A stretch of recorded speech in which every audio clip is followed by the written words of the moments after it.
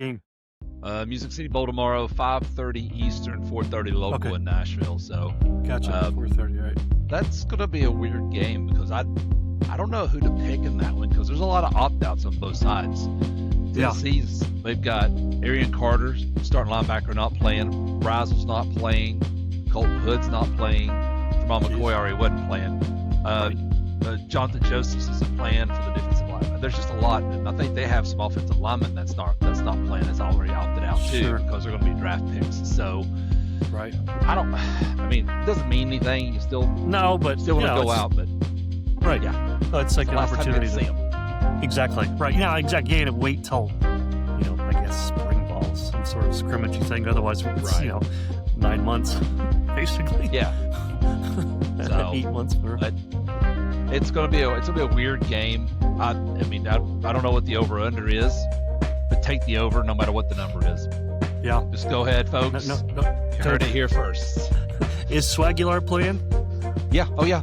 Okay. Yeah. And he and Altmaier are playing. I mean, they'll throw the ball, move the ball some too. So Both teams are not going to have any trouble moving the football tomorrow night, I'm guessing. So I gather. Yeah.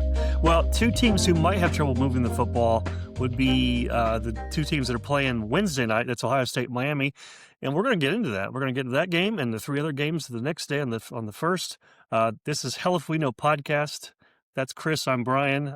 Thanks for joining us. Like and subscribe. Hit the smash button. Whatever all those stupid things people say. Just watch and listen. Enjoy. We're on YouTube. We're on Facebook, TikTok, and Spotify, to name a few. Yep. So click one, whatever, like it. You don't have to look at our faces too. It's gonna be audio only. It's fine. But we're gonna talk about the college football playoff because that's what we do.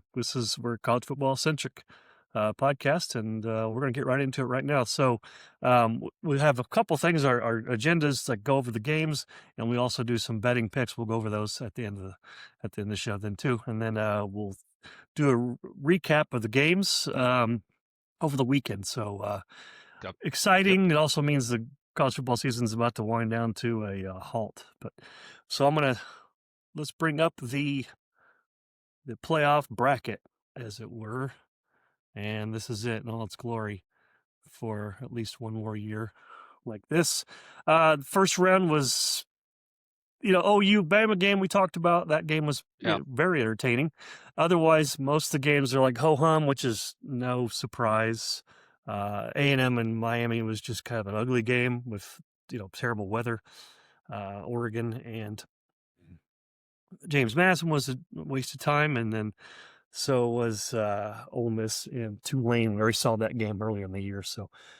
But now we get to talk about games that do matter and have lots on the line and should all be very competitive. Matchups are great. So let's just get into it. Let's get into the start with the Wednesday game, the Ohio State Miami game. That's the Goodyear Cotton Bowl. And that nice. is, go ahead. Well, I was just going to say, so a quick thing. So it was, you were first on the last one. Now, keep in mind on our gambling picks, this is what we do. I'll draw a name out. We talk about the game, and then so I said it was you first, and then me the last time. So now it's back to you. So we can either start Miami OU and you just pick that, and we just go with your picks on the gambling picks, or we can draw a name out of the bucket and go to that game, and that's just random. However you want to do it. It's fine. Yeah, let's do that. That's a good idea. I like that better, actually. Let's go random. Let's do random. Let's do it like we did last time. Yeah, I forgot about we did that last time. That's even better. Yeah, so it rolls back to you. Then it'll be me the next time, and then for the national championship game, just when we would just pick them and see what happens. We'll pick it. Yeah, right. All right. So you will be first. I'll laugh at this. This is Miami and that'll be hilarious. Miami, Ohio. I kind of hope it is. It's not. It's Ole Miss, Georgia. Ole Miss, Georgia. So all right. Well, these picks will be entered in on our gambling picks. These are going to be yours. All right. Ole Miss, Georgia. Let's get this. Well, speaking of games we saw earlier this year, we saw this game. Right. Was it back in October, perhaps November? I forget exactly. Georgia, or I should, Ole Miss went out, just put some points on the board. Georgia couldn't seem to stop them at all. I don't think Ole Miss punted the first, 2.5 quarters, and then Georgia decided to turn on the defense like they do and then clamp down on defense and start scoring and forcing lots of punts and scoring themselves and kind of, I would say, ran away with that game, but they put it away comfortably in that fourth quarter. So let's talk about this one. That was also with Lane Kiffin. This was going to be Kiffinless. I know you have some thoughts about on that particular subject. Mm-hmm. So the over-under is 56.5, or it opened at 56.5. Currently, it's 55.5. And the spreads was 6.5, looks like. So Georgia favored by 6.5. So yeah, is this? Let's get into it, I guess. Georgia could win this whole. I think they can win the whole thing. The whole national championship. I think they're as good as anybody on both sides of the ball. Even with what I thought they were going to struggle a little bit along the line of scrimmage against Alabama in the SEC championship game, that was not a problem at all. They looked like they're not missing a beat. They were healthy, and there's no reason for me to believe otherwise. I just like that they'll be able to control this game, and I know you're going to have some more detailed thoughts, but I just have a hard time believing that Ole Miss will make all the right calls and all the right plays, getting all the right sets, read all the right coverages without Kiffin. Now, say what you will about Kiffin, he's an interesting character. He's hilarious. I don't know if you saw he went grocery shopping and he was going to have to pay for the grocery bag, so he just brought home the little plastic cart with the groceries. It's got a $100 million contract. I don't want to pay a nickel for a couple bags, so that's just what an interesting character. So he will not be on the sidelines. However, Charlie Weiss Jr. will be, so he's the play caller for this game. Georgia's going to be too strong. I mean, that's so 6.5. I like Georgia to cover that 6.5. I do. I think they, with them being stable and Ole Miss a little bit, unstable with coaching, that's a distraction. That's partly distraction, partly you're missing your key guy to call plays. Obviously Charlie Weiss Jr. calls the plays, but we know Kiffin is heavily involved at minimum, right? And when the schemes are, what the plays are and such. So now the 55.5 is the number that they certainly surpassed that in game one. Right. When they played earlier this year. Yeah. So yes. Ole Miss they're still going to put up points, and they also are going to give up lots of points. I'm going to go with the over here. I like Georgia getting the 30s. Maybe mid 30s, and I think Ole Miss gets in the low 20, at least the mid 20s, 24. So, maybe 35, 24, something like that. I think Georgia wins somewhat comfortably. It's never like a blowout, but they're able to stay in control most of the game. I figured they'll come. They sometimes come out a little flat, and Ole Miss is going to be trying to just get points on the board as fast as we can, as much as we can, because we're going to need every one of them. And they may have an early lead, Ole Miss, that is, but I just don't see that being sustainable for 4 quarters like it was last time either. Right. So you got Georgia winning outright, Georgia covering the 6.5 and the over. You got it. I love all three of those. I do. I think Georgia is better now than when they played Ole Miss. And absolutely. I think Ole Miss can't be any better than they were that game. The only thing Ole Miss could do this game that they couldn't accomplish last game is make Georgia punt the ball one time, because they didn't punt the whole game last game. They did. Literally. Just force one punt. But they're not good. They're not good on defense. I'm with you. Charlie Weiss Jr. being there. If Charlie Weiss Jr. was gone as well, this is a blowout in my mind. Oh, this is absolutely plain straight up blowout. And it may be anyway, depending on. Right. And what gives me what really makes me pick Georgia and go with everything you just said is like you were talking about Kiffin. Now, Kiffin worked very closely with Saban, who's, of course, Kirby comes from Saban. So all that defense looks really, really similar. He's seen it for however many years he was at Bama in practice, over and over again, watching them play calls during a game and all this. So the Kiffin factor on the sideline of, down and distance, they'll go this in 3rd and 5 at this yard line. we can get him here, here, here, and here. Right. Those type of things, he can just see what Kirby's running, his tendencies, what he tends to do, what he's been doing all game. Because Charlie Weiss Jr.'s, calling plays and drawing it up. Kiffin could just stand there on the Sure. sideline and watch very close on what safeties are doing, what corners are doing, what linebackers are doing. Hey, that linebacker keeps bailing way too far. We can hit him with this. We could, Right. and that's Lane. That's the beauty of Lane Kiffin, is that type of thing there, where he just sees stuff that you might not see when you got a bird's eye view, or when you're so wrapped up in trying to call plays and score touchdowns and stay ahead of That's the right. chains and different formations and all that type of thing. Whereas Kiffin could just stay on the sideline, just watch defense and call up to Charlie Weiss Jr. Hey, guess what? Oh, that safety just did this. Keep that in mind on the next third down. Just things like that. And that's why they scored 35 straight points in the game against Georgia in Athens Right. before they ever punted the football, for that very reason. Lane Kiffin. There's no Lane Kiffin, so I can't imagine they can't be as successful as they was. I think I'm like you. I think they get in the mid No. 20s, 24 to 27. I think Georgia's in the high 30s, because they're better now than they were. Absolutely. And so I don't see any way that this. And I think of all the, in my opinion, in all the games, if you say, Chris, there's going to be one quarterfinal game that's a blowout, which one is it? This would be the pick for me. This game Yeah. has a chance if Georgia gets up early, 14-3, 17-3, 20-7, and then Chambliss starts pushing the ball downfield, maybe a little bit more, gets greedy, turnover. Now all of a sudden it's 24-7, and the Dogs are rolling. Yeah. I And could they'll strengthen easily them see up. that Yeah. happening. Yes, Yep. yeah. So I'm with you on all three of those. I can't argue any of that. That's the way exactly how I would have went to. Yeah. All right. What a good start. Okay. Okay. Yeah, I think so. All right, my turn here on my pick, and I have drawn out Oregon, Texas Tech. Oregon, Texas Tech. This is the Nooner. 11 a.m. Central, noon Eastern kick in the Orange Bowl, which is weird to say. Texas Tech in the Orange Bowl. All right. Texas Tech and Right. Oregon in the Orange Bowl in the playoffs. Okay, sure. That makes sense. The spread currently as Oregon's favored by 2.5. The over under is 51.5. The floor is yours, my friend. Do you want to tell us how this is going to go? Make some money.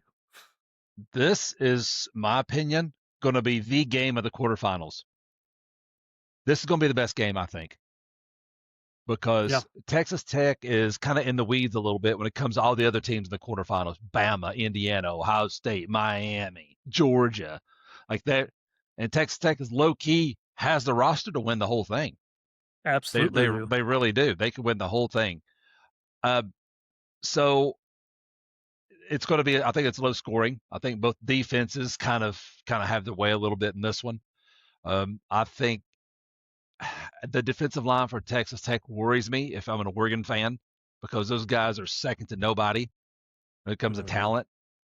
And watching them just absolutely demolish teams all year. And unless you just found the channel and watched Texas Tech, you don't know how good they are.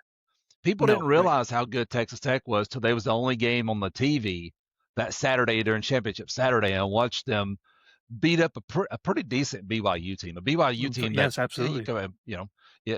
Things fall differently. They're in the playoff. The only two losses BYU had Absolutely. all year is to that Texas Tech team right there. That's and it right. wasn't close both games. They dominated BYU in every facet, so they're so good. Having said all that, give me Oregon.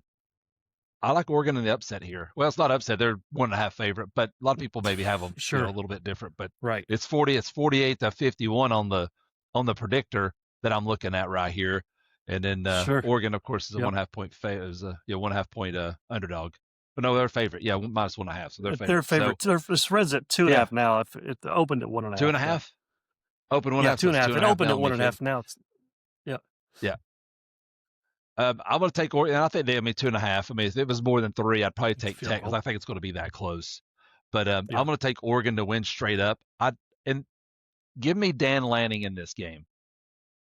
That's what I believe in this game, is Dan Lanning. I think Dan Lanning's team they're battle tested going through the Big Ten, which is way better conference than the Big 12 is. They seem to be more hardened. They kind of have a little bit of an Alabama feel to them in that they have had a lot of the games where they lost to Indiana at home. They went to Penn State, which at the time thought that was a big win. Go couldn't find out probably it wasn't. But they just Right.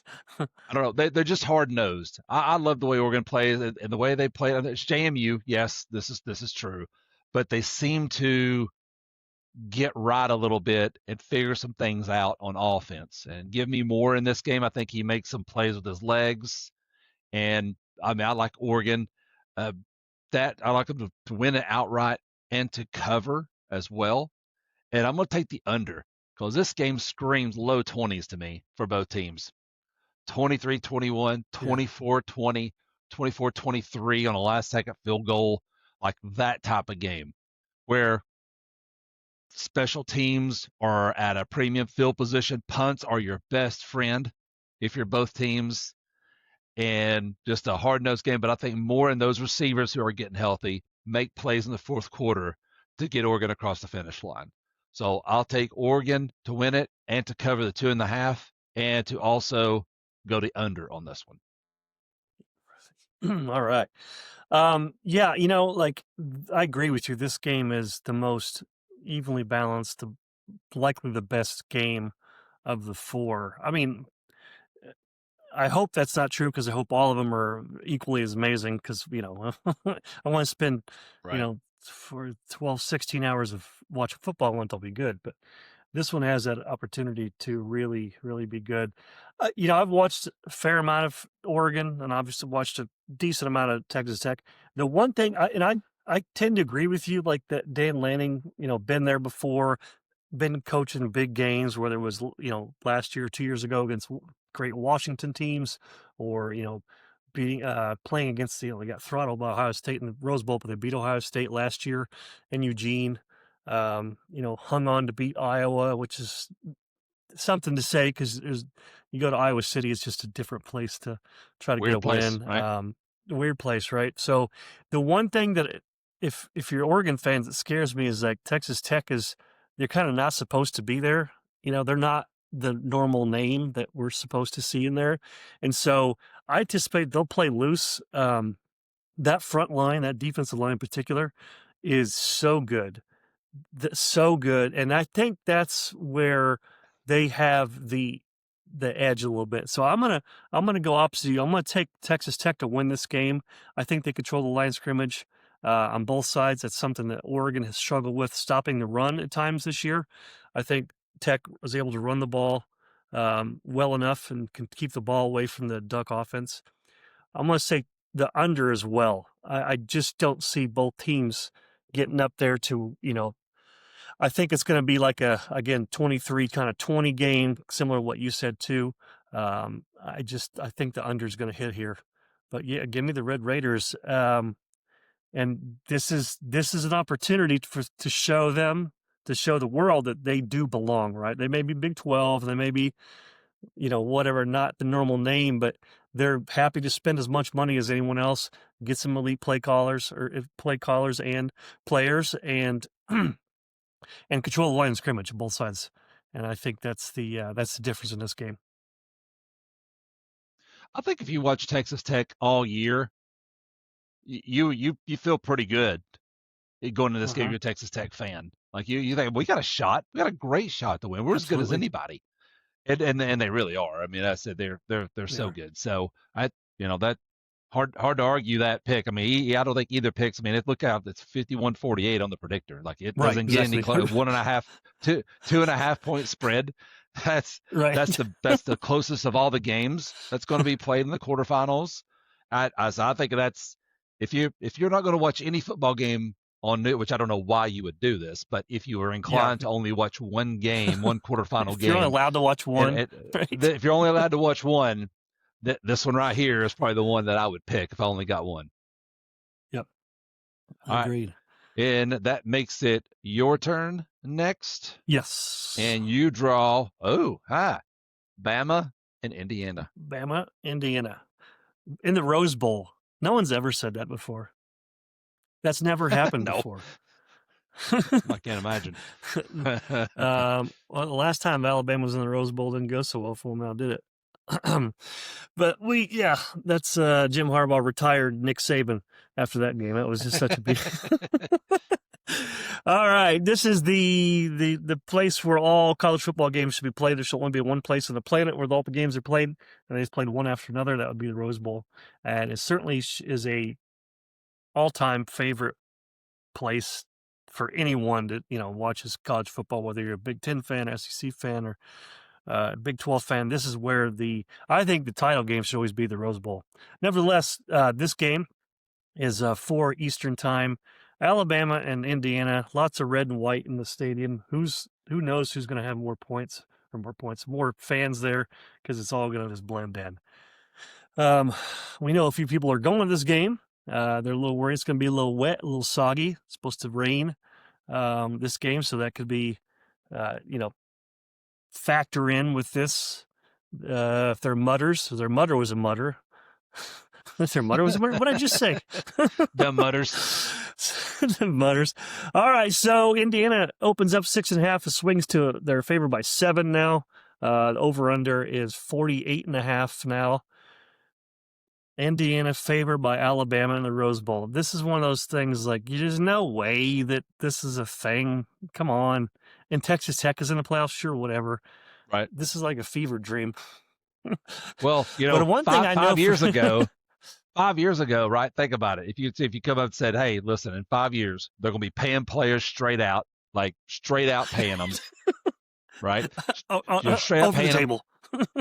Yeah, over the table, and no one says a word. It's an arms race for money. Nick Saban's not going to be coaching football anymore. Lane Kiffin is going to light another program on fire when he leaves. That's the least surprising, isn't it? Yeah, I think so. Indiana, Alabama is going to be playing each other in the Rose Bowl. Indiana will be a 7-point favorite. Yeah. And what else are you telling me? Dogs and cats sleeping together? I mean, is this? Yeah. Yeah, I suppose you're going to tell me some coach from James Madison, 63 years old, is going to come in and be the coach for Indiana, right? Yeah, right. Sure, whatever. yeah.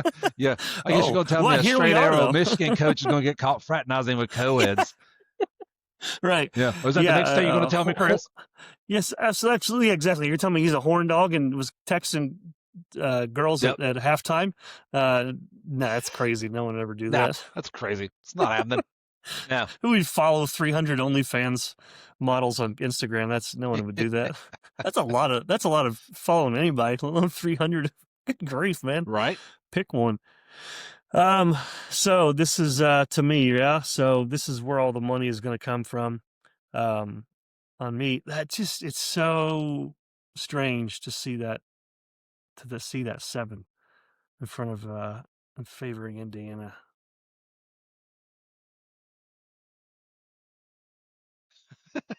Well, one thing I'm sure about is no matter if it's rain or shine, Indiana fans are going to be there showing up. They're not going to miss this game. They've not had this opportunity in anyone's lifetime, so they'll be there. The whole Pasadena could be on fire, and if the game's still going on, Indiana fans will fill that stadium up. I'm sure of that much. Now, whether they can win this game or not, to be determined. It's just, man. We saw what Indiana could do, though, when they go up against a heavyweight, right? I mean, they go on the road to beat Oregon. They beat Ohio State in the Big Ten championship game.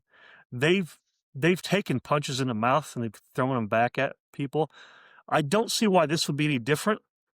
One thing, kind of repeat ourselves again, but this Indiana's defensive line, you could say they're as good as anybody, too. They're physical up front. They're very talented. They control the line of scrimmage on offense and especially on defense. And one thing that Alabama's not been able to do well this year, most of the year, is run the football. And I don't see them running the ball this game either. I just don't see them. They struggled to run the ball last week. They were able to capitalize on some turnovers and some poor special teams by Oklahoma. Indiana's not that kind of team that's going to give you those kind of breaks. Typically, they're not going to. They're not going to hand the ball to you. They're going to throw you pick sixes. They're not going to have, poor special teams play. I like Indiana to win this game. Now, the 7 is just such a number that's That's the as That's far as all hanging three me of up, these man. if I'm going to jump, yeah. As far as just jumping in Yeah, here, go ahead. of all three that you could pick here, with the Indiana money line covering the 7 or the over under, the 7 is by far the hardest pick of these three, in my opinion, by Absolutely a is. country Right. mile. I think the other two are pretty Right. easy picks. That 7 that's a great number by Vegas, right? It is, right. Whoever put that 7 out there is like, man, you nailed this, because you're going to hang up a lot of This people is trying to pick this game on that over on that yeah. spread.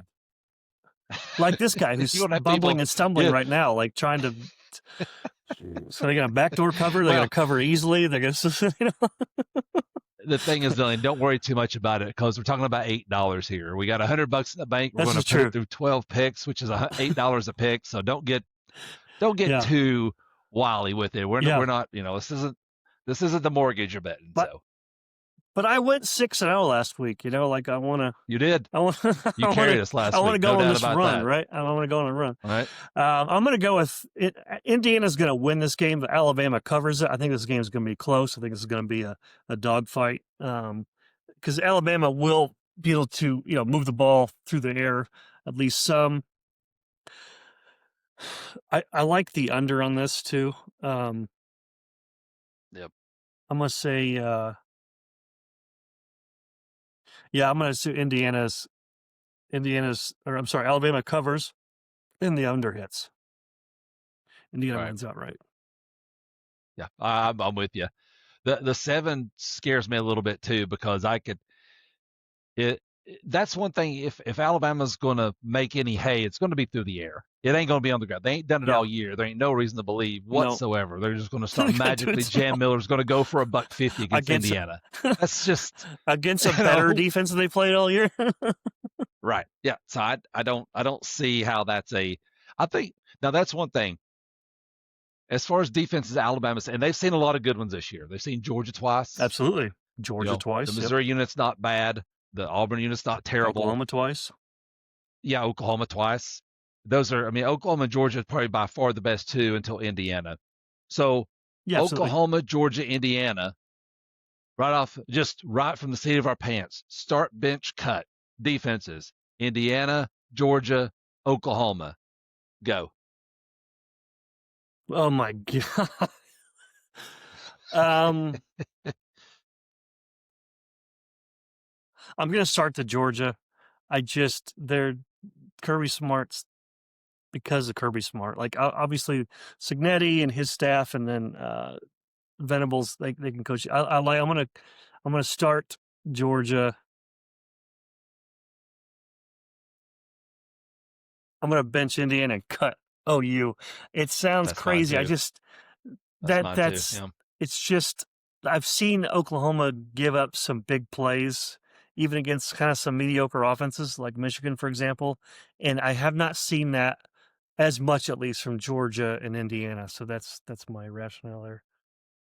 The thing with the Georgia defense is, if you had asked me in September, Georgia's the bench of the three. Oh yeah, I agree. Easy. Yes, right. You know, because yes. Joey touchdowns in Tennessee scorched their asses for 4 quarters, and if not for a missed 40-yard field goal, that game goes the other way. And so they rolled all over Georgia, running and throwing the ball the whole time. So in September, but Georgia, they always had the athletes, they always had the scheme. Yeah. They just needed to grow up a little bit, and Kirby Smart was allowed to grow those guys up a little bit, get them a little bit better sound. When it comes to just being fundamentally sound assignment football, give me Indiana. When it comes to being purely athletic and being able to make up for mistakes just by how they run and play physical, give me Georgia. So which one do you? Do you want because Indiana's defense is fantastic. They're fantastic. Right. But athletically, they're not quite. They're good. They're not quite. Georgia, not all levels, for sure. Yeah, athletic ability. I don't know who Georgia plays second to. Really don't. And now they're getting right, which is bad news for everybody else. But right. I'm with you. That's my two. I would start Georgia, cut Indiana, and bench Oklahoma. So, but I'm gonna follow your lead on this one. I think Indiana wins, especially if it's kind of wet and nasty. And I don't know if it'll be raining during the game or not. But if Alabama can't throw it, that seven's in I got to move the ball. so much danger, right? Yes, it is. But the Alabama defense is good. They'll get after Mendoza a little bit. Um, and if they can get some turnovers, then they could easily win this game for sure. I think if you're Kirk Cignetti, I think we talked about it last show. Of the two teams you're sitting at home watching, sipping your bourbon, watching Alabama Oklahoma play, you're pulling hard for Oklahoma. That's who you wanted to see Mm-hmm. because the Alabama ceiling is very high, and now they Yes. get to scheme you up for 10 days, and they get to get healthier, and they come in there and they're kind of playing like a little bit like Texas Tech now. Yeah, they could play Yeah. loose with nothing to lose. I mean, Absolutely. they're a 7-point dog to an Indiana team that's the number one overall seed, and so I just they could play loose, but Ryan Williams and Jeremy Bernard and those guys will have to have an absolute lights out game. Ty Simpson will have to be Georgia during the regular season. Ty Simpson, not Georgia Yes. SEC Right. championship. The problem with that is No. Georgia was No. able to get pressure in Indiana. If they could do the same thing, it's curtains for Alabama. So, but I'm going to Absolutely. follow your lead the whole way on this one. I think Bama covers, Indiana wins outright, and I love the under two. This game. If anyone gets to 24, they're winners. They're winners New Year's Yeah. Day. Yeah. Exactly. Right. Period. 30 might be a Barring blowout. just a Might be double 30 digit could be a win. blowout. It certainly could. Yeah, but I think if whatever team gets to 24, that's who your winner is, and I believe in Indiana just more than I do Alabama. So Yeah. Absolutely. All right. Well, all a right, there bit we of irony. go. One last game left, which is the one that I Who's going to start? actually jumped to start with because it was the first Yep. game on New Year's Eve, 7:30 Eastern time. That would be the Ohio State Buckeyes taking on Miami in the Goodyear Cotton Bowl Classic. All right. This is up to you. Miami is a 9.5-point dog. It's over under is 40.5. Ooh, that's a low number. The line hasn't moved at all. No. As far as the spread, 9.5 still there. It's 2 days before, 2 days till the eve of the eve. All right. Well, what's happening here? Well, we're going to be in different directions on this one. I can tell you that. Yeah. So I made the comment earlier in the year, maybe last show or maybe it was the preview show for the first set of quarterfinals when we picked the A&M Miami game and picked Miami, that somewhere I believe the football gods want to see Carson Beck and Georgia on the same field. Now, Yes, you did say that. I did, and I still believe it. If Ohio State had blown out Indiana or won that game and scored 20-something points, I would go Ohio State here without any caution or withdrawal at all. Wouldn't even hesitate to pick Ohio State. What Indiana did to Ohio State, there's no reason for me to think. I mean, Indiana's a step above Miami when it comes to defense. But if Indiana's a 10, Miami's a 9 when they play well. That Miami defense I got after Marcel Reed, who is very elusive. Julian Sand will not be near as hard to find for those Miami defensive ends as Marcel Reed was. No. They can do a lot to Ohio State what Indiana was able to do. Maybe not to the extent, but heck, if you're Miami and your Miami defense, if you say, listen, we're going to give up 20 points or less this game, you feel really good if you're Miami. You just do. Absolutely. I think hopefully they watch the tape of the A&M game that is Miami and like, man, we should have ran Fletcher more because the kid's a stud.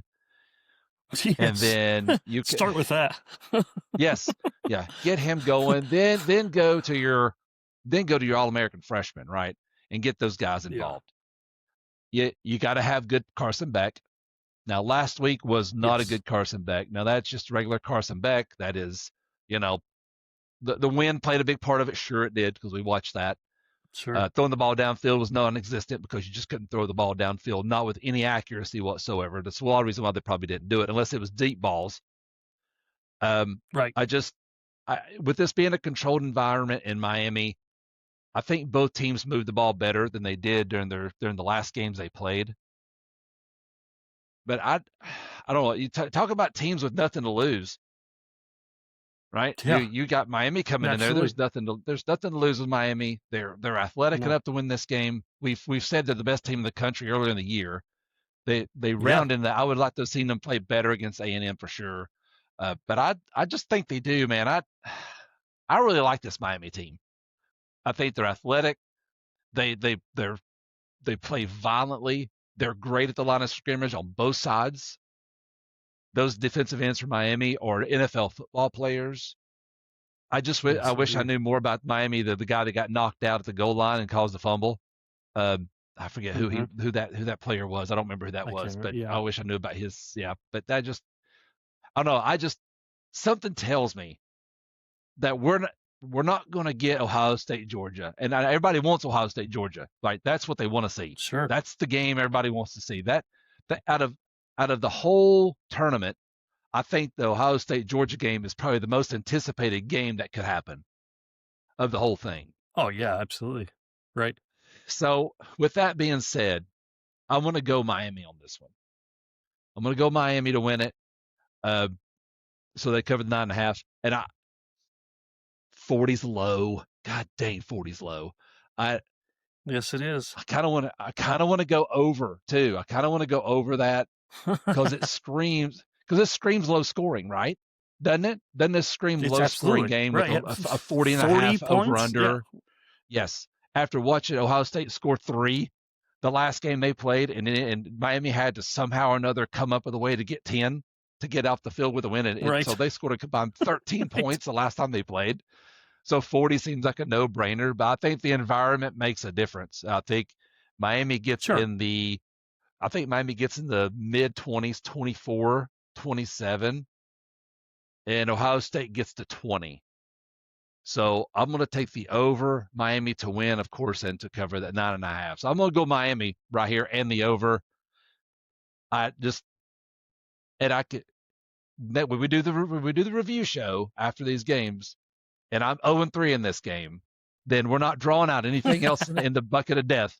I'm just going to be like, Delaney, you just do the picks. I'll make the bets. I'll do the money. You do the picks. Everybody wins. Yes, that's how we're going to roll. Right. Everybody wins. Yeah. All right. So you got the Miami's going to ups. If you go 6-0 again, and I'm like, I'm sitting here at what? 2-4. Oh my God! You know what? Since we're really putting $8 a pickler. That's my daughter had to eat ramen noodles for the next week if that happens. All right, tell me where I'm wrong here. Where am I going astray? Well, I don't know. I mean, so this is what I want and what I think will happen. These are two different things. I want you to be so right for obvious reasons, right? But I've seen Ohio State just clamp down on some good offenses, including Indiana, who didn't put up a lot of points, right? They didn't, the thing is, like, they didn't have a schedule that really challenged them much, right? Other than that Texas game. Right. We saw Texas was a pretty mediocre to okay football team. And that was, game 1, it's 14-7. I think it was just a real low scoring game. I like Ohio State's got overall better skill guys on that side of the ball on offense compared to offensively for Miami. Sagan's been more, he's taking care of the ball better than Beck, right? And, Jeremiah Smith's maybe the best wide receiver ever played in college. So is that, and then, Carnell Tate is a first-round draft pick, maybe a top 10 draft pick. So, the one thing that they haven't been amazing at, Ohio State, is running the ball. Now, that's where, Fletcher comes in. Like, he should have had, 25, 30 carries. I bet he does this game. Yards last week. I bet he does this game. He better, if Mario doesn't have him touch the ball 25 times. Buddy, I'm telling you right now, they should run him clean out of South Beach. Yes. If they go into this game and that kid don't have 25 carries plus, and if they watch last game, that's the number. A low key nice bet. Mark Fletcher Jr. over under carries. Whatever that over under sit at, take the over. Unless it's 40. Yeah, right. If it's anywhere in the 20s, take the over because Cristobal will run the. Yeah. I'm telling you, just after watching last game, they missed a whole lot of opportunity with that kid running the ball. I would feed him unless you just absolutely have to throw the ball, or on play action after you've established him. He's just a beast. He could be the X factor in this game too. But yeah, keep going. Absolutely. Yeah, so that's what Miami needs to do. They need to run the ball and control the clock, right? They need Jeremiah Smith to be on the sideline, drinking Gatorade. They don't want him on the field. And that means Fletcher needs to get that ball 20, 25 times. I don't care if you're getting 2 yards or 3 yards or 1 yard here and there. It'll add up. You're going to eat clock. You're going to control the game as best you can. And then that's where you bring in Tony to try an explosive play, right? Ohio State's good at all three levels on defense. They're going to get pressure up front and back. He can't be sloppy like he has been at times. At 10 interceptions, couple fumbles in there as well. I like Ohio State to win this game, but I think this game is going to be a slugfest, so to speak. I just don't see Ohio State covering that 9.5. I'm going to say they win 23-16, which means the under hits just by a nose. I hope I'm so wrong on this one. This is where I'd love to be. Well, at least at least one out of three wrong. I can't argue with any of what you said. I mean, let's see, let me get this down here. And it's just hard for me to see Miami of all the teams. They're going to need some, some sort of special teams or defensive touchdown or something like that. Speaking of Malachi Tony, a punt return could change this whole thing. They're going to need something like that, a big spark like that. They need. He needs to have, a dozen touches, whether it's receptions or punt returns or end arounds, anything like that. Any sort of orbit motion throws, whatever it is, just get this guy the ball and let him work, because that's Ohio State defense is loaded in the secondary, right? A&M did a pretty good job, and partly that's weather related, keeping Tony within reasonable until they gave him the ball and end around. He scores the lone touchdown last weekend, so they have to get him involved, mixing up with Fletcher. Those two run the ball. And let's let Beck, let your senior quarterback, you got to hope he makes Beck plays like he did when he's really good when he's playing at Georgia. He was really good earlier in this year. That's what he has to be if they're going to win this game. You got to, if you're the Miami staff, two things you got to do is you got to call the best game of the year. And you have to trust Beck. Win, lose, or draw, he's your horse. We're going to go out him throwing either touchdowns and us winning and getting the biggest win in the quarterfinals, maybe the whole playoff, or he's going to throw 5 interceptions or we're going to get buried. Either way, he's my guy. And I'm going to lean on my guy. I'm going to feed Fletcher. He's going to touch the ball. This is the game plan going in. If I'm Miami staff, it's Fletcher gets 25 touches minimum this game. That's just what this is. We're going to power run it, and we're going to play off of that the whole game plan.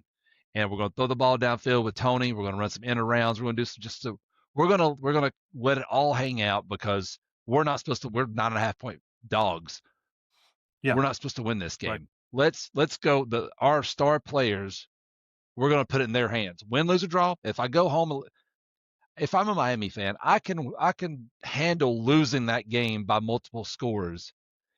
If you've called a good game and they're just better, if you get dominated line of scrimmage or whatever the case is, I'm like you. My Ohio State not being able to run the football, I think is really good for Miami, because they stop the run anyway. So if you can stop that Ohio State run, then you can start getting after saying a freshman. And I said he's not near as hard to find as Reed was, and Reed was not hard to find for the first quarter. Once they figured out, okay, we're overrunning him and giving him run lanes, we're going to stop this. That's what they Reed stopped getting those quarterback scrambles and stuff. So you could turn it loose against saying you could stunt, you could do all kinds of things, because he's just not going to hurt you like Reed did. Mm-hmm. So it frees up a Miami front seven who was cautious. Yeah, who was cautious at A&M with Reed. You don't have to be near as cautious with Sand. And you better get after him, because if he's able to get Tate and Jeremiah Smith the football, that's a whole other set of problems. So absolutely, if you're Miami, you just try to simulate what Indiana did. What did Indiana do to make them so ineffective? And we need to try to do that. Now, maybe we ain't got the same players Indiana does, but they're not far behind. If we could keep them, again, if I told you Ohio State's scoring 20 or less this game, you got to feel good if you're a Miami fan and you're a Miami coach. I think you're fine conceding Absolutely. 20 points and trying to win the game. So, Yep, because you're within striking distance at that point, right? I mean, you play here and yes. there. If you believe in your offense, can make some plays here and there. If you believe in your special teams, I think the most important players that's going to decide this game is the Miami ends. They're on the edge. If those two can, hold up against the run and to get pressure, get Sayin off target, like he's got to scramble and throw. That's not Yep. who he is. He throws an incredible ball. It's a beautiful, easily catchable ball. But He like needs to be most clean to guys, do when it, though. you're, scrambling around, he needs to be clean. And if he's not Yep. clean, that's where he can be a little sloppy, which is, that's not saying a lot, really. A lot of guys are like that. But that's why I think Miami's edge rushers are the most important people in this whole game. If they can get pressure on Sayin, they can make him, be off schedule and they stop the run. Miami has an absolutely a puncher's chance and then some to win this game. Yeah. I think more now. I think more has to go right for Miami to win than Ohio State. Sure, But absolutely. Yes. I don't. I said the gap being 9.5.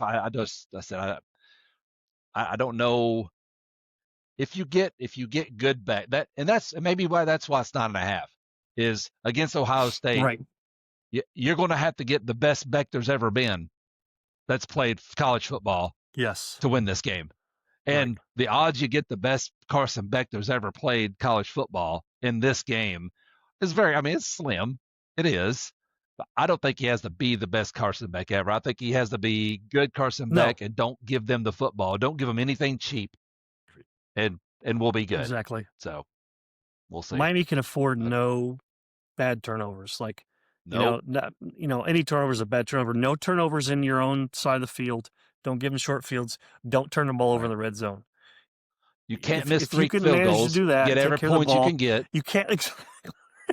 Right? Yeah, that should be the problem with the win this year, at least. But this game. Mm-mm. But yeah, you have to capitalize every opportunity you get, and you really need to score touchdowns, right? Because Ohio State will be able to run with you a little bit, probably, especially if they're going up tempo and they're able to control the line of scrimmage.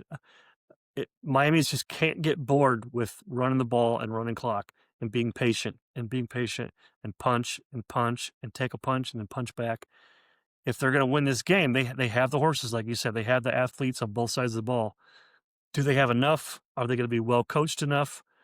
This is all like Ryan Day is shown to be a better coach overall than Mario Cristobal. I mean, this is just the rings and plaques and trophies bear that out. So that's where, if I'm a Miami fan, I'm like, ugh, we're going to get the Cristobal that should have kneeled down last year and got another win against Vanderbilt, or we're going to get the Cristobal that calls a perfect game, and somehow beats this juggernaut Ohio State. Well, if Indiana showed them anything, it can be done. And that's something teams no team had shown all year, that Ohio State can be beaten. So, absolutely, and yes, right. If I lose every bet on this thing, then I just do. But selfishly, well, not, I guess unselfishly, or however you want to word that, Ohio State, Georgia on the same field gives me the warm and fuzzies too. Like if you say, Chris, you're going to lose $16 or $24 and go 0-3, but we get to see Georgia, Ohio State in the Fiesta Bowl. Okay, I'd pay a hell of a lot more that for a ticket. So, yeah, I guess so. I guess that's what we're doing. I'm going to drink a lot more bourbon than $24 worth, I assure you. So, absolutely. Okay, I guess that the consolation is me have to sit at home and watch Ohio State, Georgia. I guess that's just what happens. But that's what a bummer. Watch it be Ole Miss, Miami. Yes, and then it's wide open. Right. What? Oh, I got. What if it's Ohio? What if it's Ole Miss, Miami? What if this just goes to last week was kind of chalkish. I mean, Miami and A&M was right, not, but yeah, pretty much it was chalk the whole way. What if these 4 games are turned on their heads? What if it's Texas Tech, Alabama, Ole Miss, and Miami? Just totally. It's like a Final Four with Florida Atlantic in it and stuff. San Diego State in the title game. I tell you what, Yeah, being able that'd to be pick who wild, wins it actually. all from that would be damn near impossible. And I tell Absolutely, you it what, would be. Yeah, because there's no one. You have no idea. and man, watching Ole Miss win the whole thing with Lane Kiffin's ass in Baton Rouge having to watch it and not get to hoist that trophy. Oh, give me that. Give me Would that. that not be best? Ole Miss over Texas Yes. Tech in the title game. that would That be sign me up for like that. that would be this is why the NIL matters. This is why the portal matters. And one thing that we're looking straight at here is this game could very well be this sort of the semis could very well be 3 Big Ten teams if Oregon, Indiana, and Ohio State win this game, Sure. and one SEC team. So I mean that's a real possibility at this point, and so there's a great we'll see if chance that for it, in my opinion. bears any fruit. I think there's a fantastic chance or of it that, could be it could be Oregon, Bama, and Georgia, Ohio State. Like there's your Big Ten SEC matchup for the king of the ring, kind of, so to speak, if you will, for this year. That's very possible too. And I tell anyway, you what, lots of good games.